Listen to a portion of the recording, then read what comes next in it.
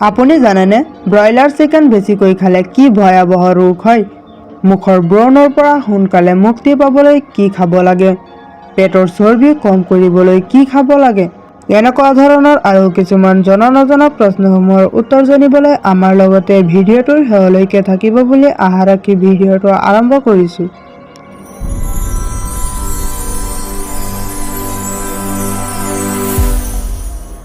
আজিৰ প্ৰথম প্ৰশ্নটো হৈছে শৰীৰত কি ৰোগ থাকিলে চকুত ছানি ৰোগ হয়? অপশ্যনসমূহ হৈছে ক কৰ্কট ৰোগ, খ জণ্ডিছ, ঘ ডায়েবেটিছ, ঘ বৃক্কত পাথৰ।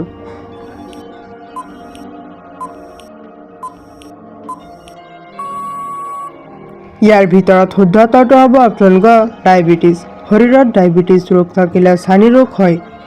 আমি আহিছোঁ পৰৱৰ্তী প্ৰশ্নটোলৈ। বেছিকৈ নিমখ খালে শৰীৰৰ কি ক্ষতি হয়? অপশ্যনসমূহ হৈছে ক হৃদৰোগ, খ জণ্ডিছ, গ ছালৰ ৰোগ, ঘ উচ্চ ৰক্তচাপ।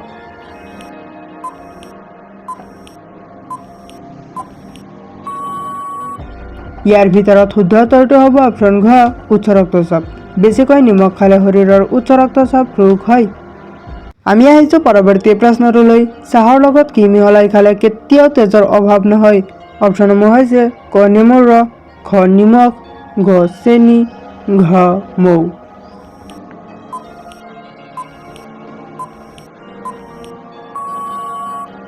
ইয়াৰ ভিতৰত শুদ্ধ উত্তৰটো হ'ব অপশ্যন ক নেমুৰ ৰস। চাহৰ লগত নেমুৰ ৰস মিহলাই খালে কেতিয়াও তেজৰ অভাৱ নহয়। আমি আহিছোঁ পৰৱৰ্তী প্ৰশ্নটোলৈ। ৰক্তচাপ বৃদ্ধি হ'লে কোনবোৰ ফল খালে সোনকালে ৰক্তচাপ কমাব পাৰি? অপশ্যনসমূহ হৈছে ক অমিতা, খ তেঁতেলী, ঘ অমৰা, ঘ আপেল।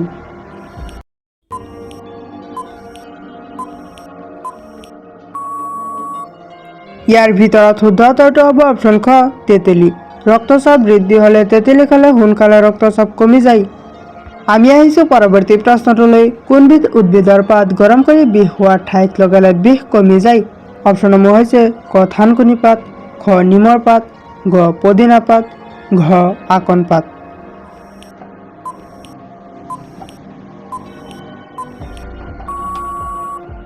ইয়াৰ ভিতৰত শুদ্ধ উত্তৰটো হ'ব অপশ্যন ঘ আকন পাত।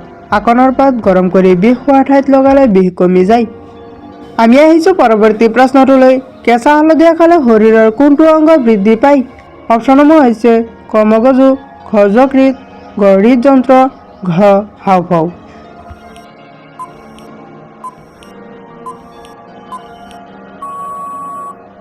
ইয়াৰ ভিতৰত শুদ্ধ উত্তৰটো হ'ব অপশ্যন ক মগজু। কেঁচা হালধীয়া খালে শৰীৰৰ মগজু বৃদ্ধি পায়। আমি আহিছোঁ পৰৱৰ্তী প্ৰশ্নটোলৈ। ঘি গৰম পানীৰ লগত মিহলাই খালে কি হয়? অপশ্যনসমূহ হৈছে ক পেট পৰিষ্কাৰ, খ খজুৱতি, ঘ হৃদৰোগ, ঘ উশাহ নিশাহ কষ্ট।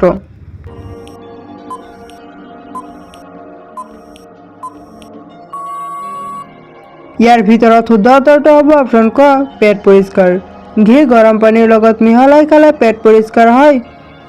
আমি আহিছোঁ পৰৱৰ্তী প্ৰশ্নটোলৈ। ব্ৰইলাৰ চিকেন বেছিকৈ খালে কি ভয়াৱহ ৰোগ হয়?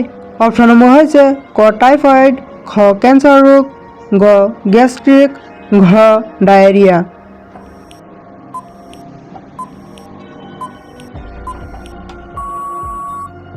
ইয়াৰ ভিতৰত শুদ্ধ উত্তৰটো হ'ব অপশ্যন খ কেঞ্চাৰ ৰোগ। ব্ৰইলাৰ চিকেন বেছিকৈ খালে কেঞ্চাৰ ৰোগ হ'ব পাৰে।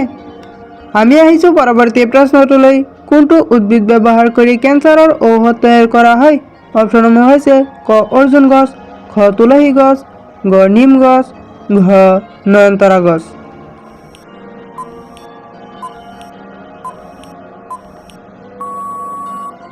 ইয়াৰ ভিতৰত শুদ্ধ উত্তৰটো হ'ব অপশ্যন ঘ নয়নতৰা গছ।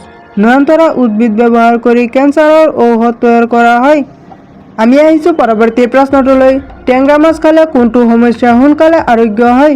অপশ্যনসমূহ হৈছে ক পেট ফুলা, খ তেজৰ অভাৱ, ঘ যকৃতৰ সমস্যা, ঘ উশাহ নিশাহৰ সমস্যা।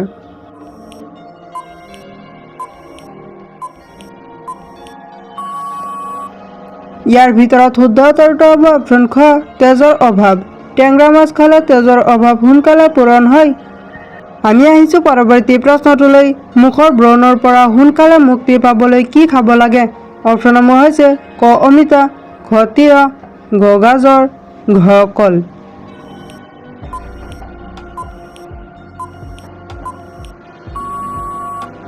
ইয়াৰ ভিতৰত শুদ্ধ উত্তৰটো হ'ব অপশ্যন ঘ গাজৰ। মুখৰ ব্ৰণৰ পৰা সোনকালে মুক্তি পাবলৈ গাজৰ খাব লাগে। আমি আহিছোঁ পৰৱৰ্তী প্ৰশ্নটোলৈ। কোনটো খাদ্য দৈনিক খালে আমাৰ বৃক্ক পৰিষ্কাৰ কৰি ৰাখে? অপশ্যনসমূহ হৈছে ক নেমু, খ মৌ, গ আদা, ঘ কল।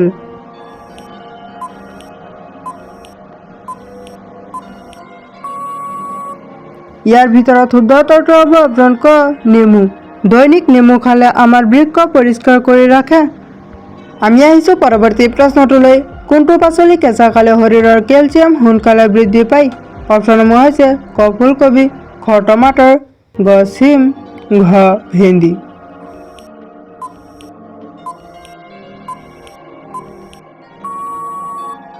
ইয়াৰ ভিতৰত শুদ্ধ উত্তৰটো হ'ব অপশ্যন ঘ ভেন্দি। ভেন্দি নামৰ পাচলি কেঁচা খালে শৰীৰৰ কেলছিয়াম সোনকালে বৃদ্ধি পায়। আমি আহিছোঁ পৰৱৰ্তী প্ৰশ্নটোলৈ।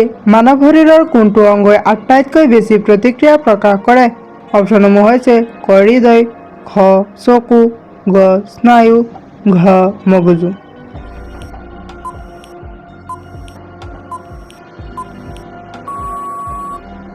ইয়াৰ ভিতৰত শুদ্ধ উত্তৰটো হ'ব অপশ্যন গ স্নায়ু। মানৱ শৰীৰৰ স্নায়ু নামৰ অংগই আটাইতকৈ বেছি প্ৰতিক্ৰিয়া প্ৰকাশ কৰে। আমি আহিছোঁ পৰৱৰ্তী প্ৰশ্নটোলৈ। কোনটো ফলত সৰ্বাধিক ভিটামিন চি থাকে? অপশ্যনসমূহ হৈছে ক কমলা, খ আপেল, গ আঙুৰ, ঘ কাকাডু প্লাম।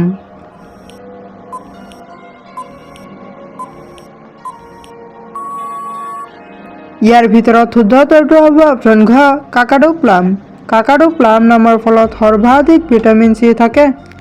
আমি আহিছোঁ পৰৱৰ্তী প্ৰশ্নটোলৈ। পেটৰ চৰ্বি কম কৰিবলৈ কি খাব লাগে?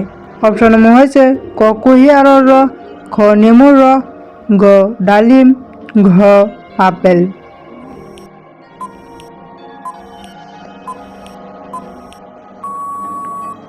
ইয়াৰ ভিতৰত শুদ্ধ উত্তৰটো হ'ব অপশ্যন খ নেমুৰ ৰস। পেটৰ চৰ্বি কম কৰিবলৈ নেমুৰ ৰস খাব লাগে। আমি আহিছোঁ পৰৱৰ্তী প্ৰশ্নটোলৈ। কোনটো প্ৰাণীয়ে মানুহৰ শৰীৰৰ ঘাম খাই ভাল পায়? অপশ্যনসমূহ হৈছে ক মহ, খ মকৰা, গ মৌমাখি, ঘ পখিলা।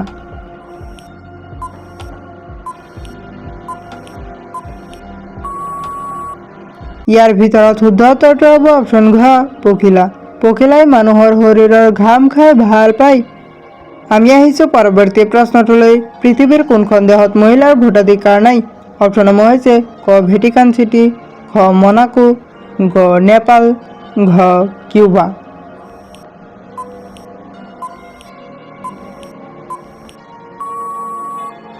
ইয়াৰ ভিতৰত শুদ্ধ উত্তৰটো হ'ব অপশ্যন ক ভেটিকান চিটি। পৃথিৱীৰ ভেটিকান চিটি নামৰ দেশত মহিলাৰ ভোটাধিকাৰ নাই। আমি আহিছোঁ পৰৱৰ্তী প্ৰশ্নটোলৈ। ৰাতি বেছি টোপনি ক্ষতি কৰিলে কি হ'ব পাৰে?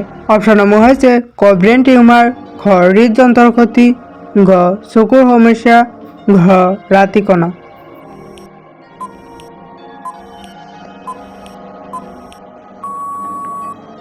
ইয়াৰ ভিতৰত শুদ্ধ উত্তৰটো হ'ব অপশ্যন ক ব্ৰেইন টিউমাৰ। ৰাতি বেছি টোপনি ক্ষতি কৰিলে ব্ৰেইন টিউমাৰ ৰোগ হ'ব পাৰে। আমি আহিছোঁ পৰৱৰ্তী প্ৰশ্নটোলৈ। তেজৰ পৰা যিকোনো বিষাক্ত পদাৰ্থ সোনকালে আঁতৰাবলৈ কি খাব পাৰি? অপশ্যনসমূহ হৈছে ক ঘি, খ আপেল, গ টমাटर, ঘ নেমু পানী।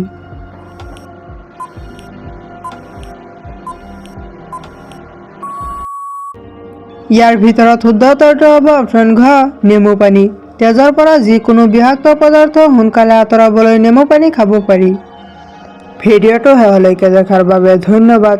যদি ভিডিঅ'টো ভাল লাগিছে তেনেহ'লে এটা লাইক কৰি দিব আৰু যদি এনেকুৱা ধৰণৰ আৰু কিছুমান নজনা প্ৰশ্নসমূহৰ উত্তৰ জানিব বিচাৰে তেনেহ'লে আমাৰ চেনেলটো ছাবস্ক্ৰাইব কৰি ৰাখিব। Thank U.